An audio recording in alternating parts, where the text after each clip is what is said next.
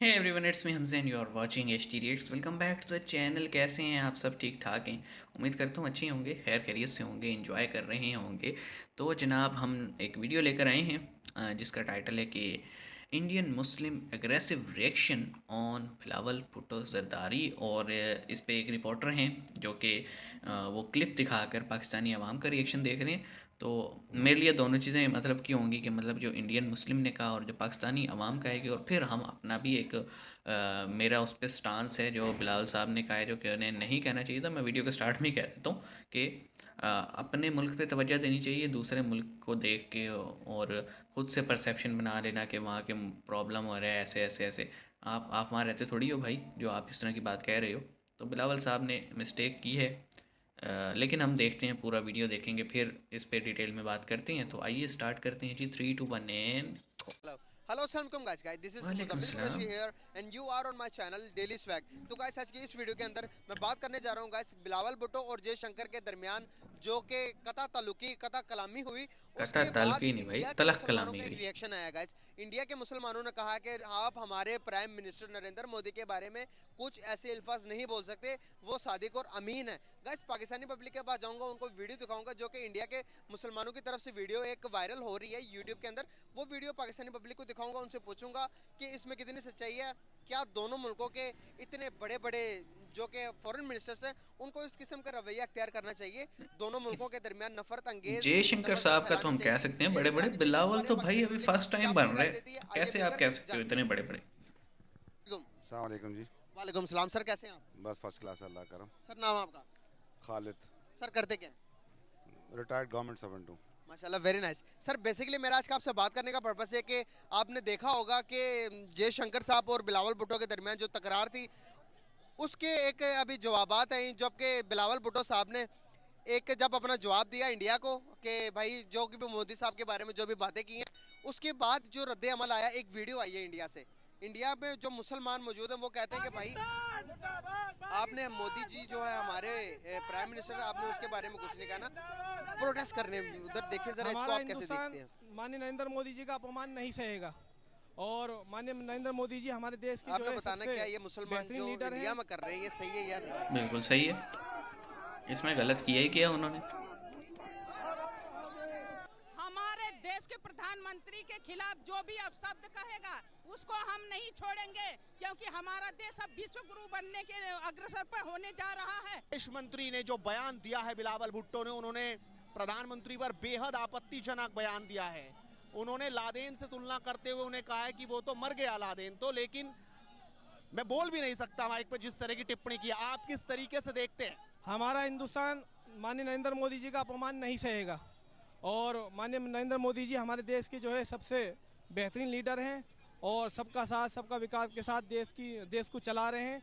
और तमाम मुसलमानों से मैं अपील करता हूं कि वो माननीय नरेंद्र मोदी जी का जो प्रोटेस्ट किया अपमान जा रहा है सब कुछ जला के। जरदारी और बीमारी ने उधर- उधर बोला है कैमरा लगा उसका हुआ इलाज है, वो कैमरे के आगे आ भारतीय रहे हो। मुसलमान निकल के इसका जवाब दें। मतलब भारत का मुसलमान भी गुस्से में है इस बयान के बाद। भारत का मुसलमान भी इस बात से तो मैं ये समझता हूँ कि हमें अपनी दुश्मनी ख़त्म करके आवाम के लिए सोचना चाहिए। हम माशी तौर पे तबाह तो हो सर, चुके हुए हैं। वो तो अपनी आवाम का सोचते हैं, पाकिस्तानी क्यों नहीं सोच रहे? सोल्यूशन की तरफ आना चाहिए। दोनों साइड से मैं ये कह रहा हूँ कि वो बैक एंड पे हों और मईशत हमारी बेहतर हो। इसके लिए मैं समझता हूँ कि दोनों इंडिया की कसूरवार तो हैं बेहतर और है। दोनों की जो बात है वो अपने हैंड पे ठीक है। बिल्कुल सही। तो फिर ये गलत इस बात बयान के करके बाद दोनों बिलावल की भुट्टो बात के कैसे बयान के सही हो बाद तो सकती इंडिया है? के अंदर जो मुसलमान है उन्होंने किसी प्रोटेस्ट एक किया की कि सही भाई होती है। हमारे जो प्राइम मिनिस्टर है वो सादिक और अमीन है, तो आप उनके बारे में गलत बात कर रहे हैं, तो ऐसी बात ना करें। तो उनका क्या मौकफ है उनके बारे में आपका? उनका उनका वो लॉयल्टी जो है ना वो इंडिया के साथ है। उनका सही मौक़िफ़ है। जिस तरह हमारे यहाँ पे हिंदू हैं या सिख हैं वो हमारे पाकिस्तान के साथ हैं। जब कोई पाकिस्तान का मौक़िफ़ होगा तो वो हमें सपोर्ट करेंगे। तो इंडियन जो मुसलमान हैं वो इंडिया को सपोर्ट कर रहे हैं, तो उसमें कोई हर्ज नहीं, ठीक कर रहे हैं। सर हम डेवलप नहीं हो पा रहे हैं। इंडिया की अभी 4th लार्जेस्ट इकोनॉमी बनने जा रही है वर्ल्ड की, 5th तो बनी हुई है। तो हमारी इकोनॉमी के बुरे हालात है, इसका कौन जिम्मेदार है? इसको हम कैसे ठीक कर सकते हैं? हम जी, जिम्मेदार हैं, वही अवाम बेसिक और जो बात हुक्मरान। पहले हो चुकी हुई है। हमारा जो एस्टेब्लिशमेंट का रोल था या स्पेशली जो हमारे जिहादी फैक्टर था उसमें हमारी मईशत ख़राब हुई है। तो हम अभी भी उसको रोल बैक, उसको बैक साइड पे आएँ और अपनी मईशत पे तवज्जो दें तो हम भी उनसे आगे निकल सकते हैं। तो मेरे ख्याल में ये जो 70 साल की जो पॉलिटिक्स थी और स्पेशली जो 80s के बाद जो अफ़गानिस्तान के हवाले से या जो कश्मीर के जिहाद के हवाले से, इससे अगर हम एक साइड पे हटें, अमन की तरफ आएँ, माशी तौर पे हम अगर मजबूत हों तो फिर ही हम उसका मुकाबला कर सकेंगे। क्या हम इस टाइम मुकाबला कर सकते हैं इंडिया का? जी अभी तो नहीं कर सकते, अभी तो हमारी अपनी सियासी सूरत हाल जो है वो देख लेंगे। कोई एक फरीक भी वो अपने मफाद को एक साइड पे रखने के बजाय आपस की लड़ाई में लड़ रहा है। सर क्या मैसेज देना चाहेंगे दोनों मुल्कों को एक करने के लिए? इतने बड़े बड़े जो पॉलिटिशियंस जिनको हम फॉलो करते हैं, पूरे मुल्क को रिप्रेजेंट करते हैं, वो इस तरह के बयान देते हैं नफरत अंगेज, तो इससे क्या इमेज एक आ रहा दूसरे है को दोनों नहीं भाई, मुल्कों का? बयान तो जी मैं बिलावल ने समझता दिए। हूँ कि ये नफ़रत को ख़त्म करके हमें मईशत की तरफ, अवाम की फलाह की तरफ कदम उठाना चाहिए। हमें जो टेंशन है उसको ख़त्म करनी चाहिए ताकि ये जो अवाम है इन मसाइल से निकले, और लड़ाई में इसमें हमारा कोई हल नहीं है, अमन में हमारी जो है ना वो बका है। सर बहुत अच्छा लगा आपसे बात करके, थैंक यू सो मच। जी, हमने कुछ लोगों के रिएक्शन देखे।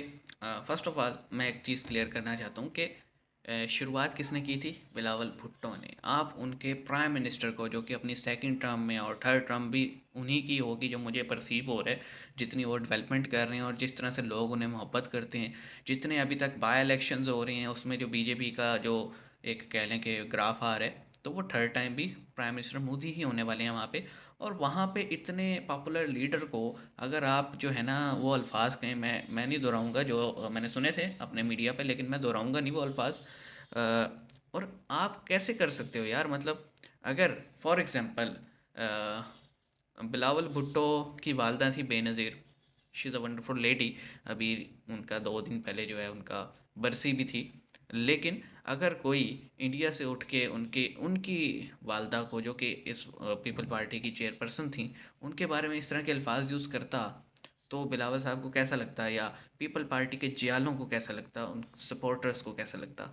बात यह है कि हमें हक बात करनी चाहिए, और हक बात यह है कि हमने धड़ाधड़ प्रॉक्सी वार, ख़ास तौर पे ईरान ने अपने मदरसे यहाँ बनाए, सऊदी ने अपने मदरसे यहाँ पे बनाए, और दोनों ने काइंड ऑफ जिहादी ही पैदा किए। और उन जिहादियों से तरबियत लेने वाले पाकिस्तानी थे, पाकिस्तानी अवाम थी, और फिर इन जिहादियों ने अपने भी मुल्क को बर्बाद किया, अफ़गानिस्तान को भी बर्बाद किया। और अफ़गानिस्तान में तो टेक ओवर हो गया जिहादियों का, लेकिन पाकिस्तान में जो है ना वो अपनी एक्टिविटीज़ इस हद तक कर रहे हैं कि हमारा पढ़ा लिखा नौजवान भी उसके अंदर वो एक नफ़रत का एलिमेंट, एक जिहादी एलिमेंट पाया जाता है। मतलब अगर आप किसी पढ़े लिखे इंसान को भी जो है ना देख लें, अगर किसी मुद्दे पे बात करते हुए, ख़ास तौर पे इंडिया को लेकर, तो नफ़रत आपको नज़र आती है। मुझे कई लोगों ने रिक्वेस्ट की थी कि आप जो है ना एक वीडियो करें जिसमें पाकिस्तानी और इंडियन एजुकेशन को और उनके बच्चों की तरबियत को कंपेयर किया गया। मैं बहुत जल्द करूँगा। तो ये चीज़ मैटर करती है, ये बहुत ज़्यादा मैटर करती है।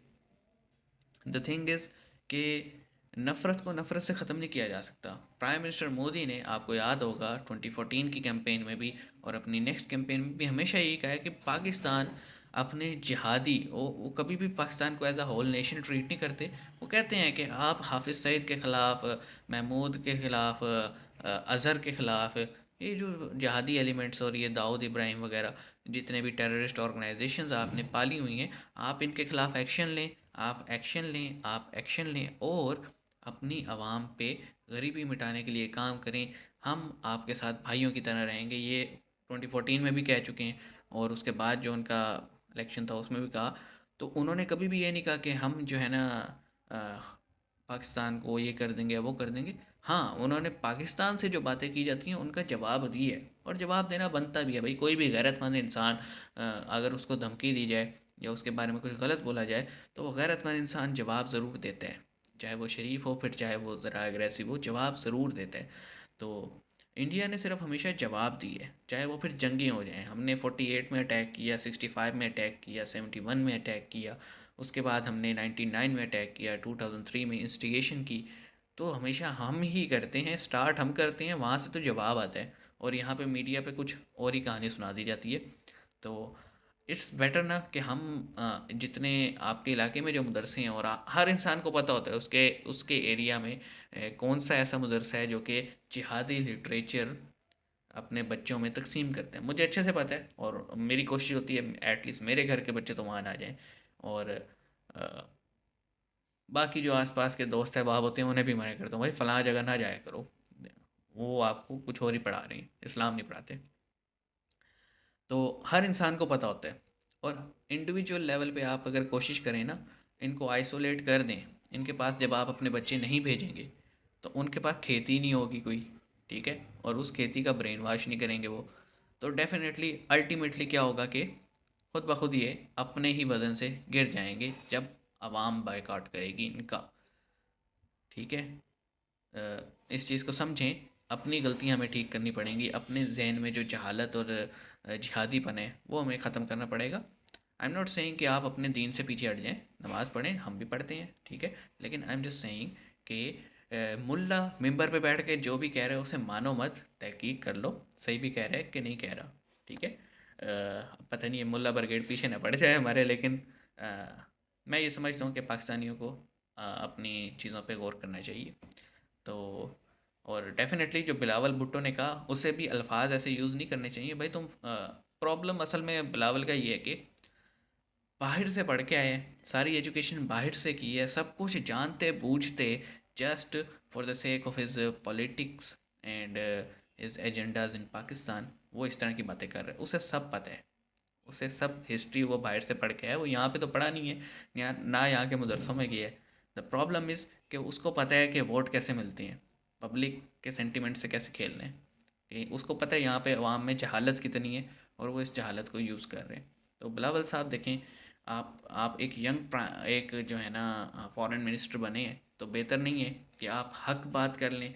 आपने जहाँ महंगाई के ऊपर इतना अपना पॉलिटिकल कैपिटल डैमेज कर लिए, तो थोड़ा सा सच बोल के भी डैमेज कर लें, कुछ नहीं होगा। एक टाइम आएगा कि लोग आपको अच्छे अल्फाज में याद करेंगे।